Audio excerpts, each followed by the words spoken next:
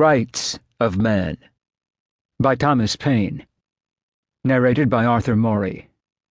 This unabridged audiobook was produced in the year 2010 by Tantor Media, Incorporated, which holds the copyright thereto. George Washington, President of the United States of America.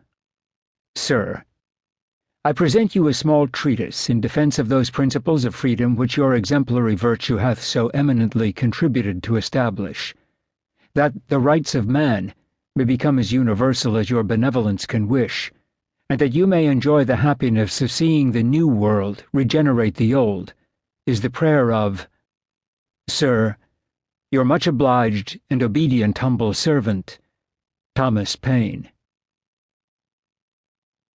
Paine's preface to the English edition.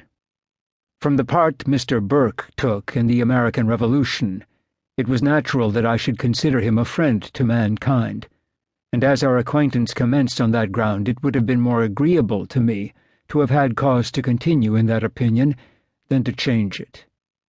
At the time Mr. Burke made his violent speech last winter in the English Parliament against the French Revolution and the National Assembly, I was in Paris, and had written to him but a short time before to inform him how prosperously matters were going on. Soon after this I saw his advertisement of the pamphlet he intended to publish. As the attack was to be made in a language but little studied and less understood in France, and as everything suffers by translation, I promised some of the friends of the Revolution in that country that whenever Mr. Burke's pamphlet came forth, I would answer it. This appeared to me the more necessary to be done when I saw the flagrant misrepresentations which Mr. Burke's pamphlet contains, and that while it is an outrageous abuse on the French Revolution and the principles of liberty, it is an imposition on the rest of the world. I am the more astonished and disappointed at this conduct in Mr. Burke as, from the circumstances I am going to mention, I had formed other expectations. I had seen enough of the miseries of war to wish it might never more have existence in the world, and that some other mode might be found out to settle the differences that should occasionally arise in the neighborhood of nations. This certainly might be done if courts were disposed to set honesty about it, or if countries were enlightened enough not to be made the dupes of courts. The people of America had been bred up in the same prejudices against France which at that time characterized the people of England, but experience and an acquaintance with the French nation have most effectually shown to the Americans the falsehood of those prejudices, and I do not believe that a more cordial and confidential intercourse exists between any two countries than between America and France. When I came to France in the spring of 1787, the Archbishop of Toulouse was then minister, and at that time highly esteemed. I became much acquainted with the private secretary of that minister, a man of an enlarged, benevolent heart, and found that his sentiments and my own perfectly agreed with respect to the madness of war, and the wretched impolicy of two nations like England and France continually worrying each other to no other end than that of a mutual increase of burdens and taxes.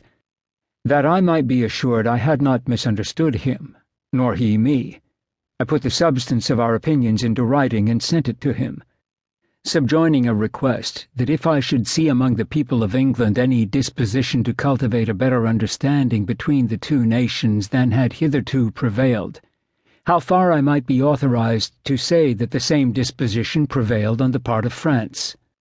He answered me by letter in the most unreserved manner, and that not for himself only, but for the minister with whose knowledge the letter was declared to be written.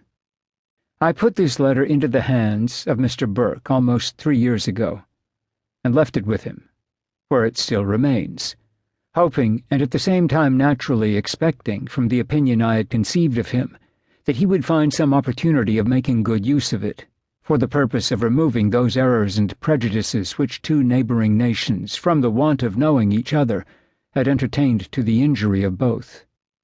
When the French Revolution broke out, it certainly afforded to Mr. Burke an opportunity of doing some good, had he been disposed to it. Instead of which, no sooner did he see the old prejudices wearing away, than he immediately began sowing the seeds of a new inveteracy, as if he were afraid that England and France would cease to be enemies. That there are men in all countries who get their living by war and by keeping up the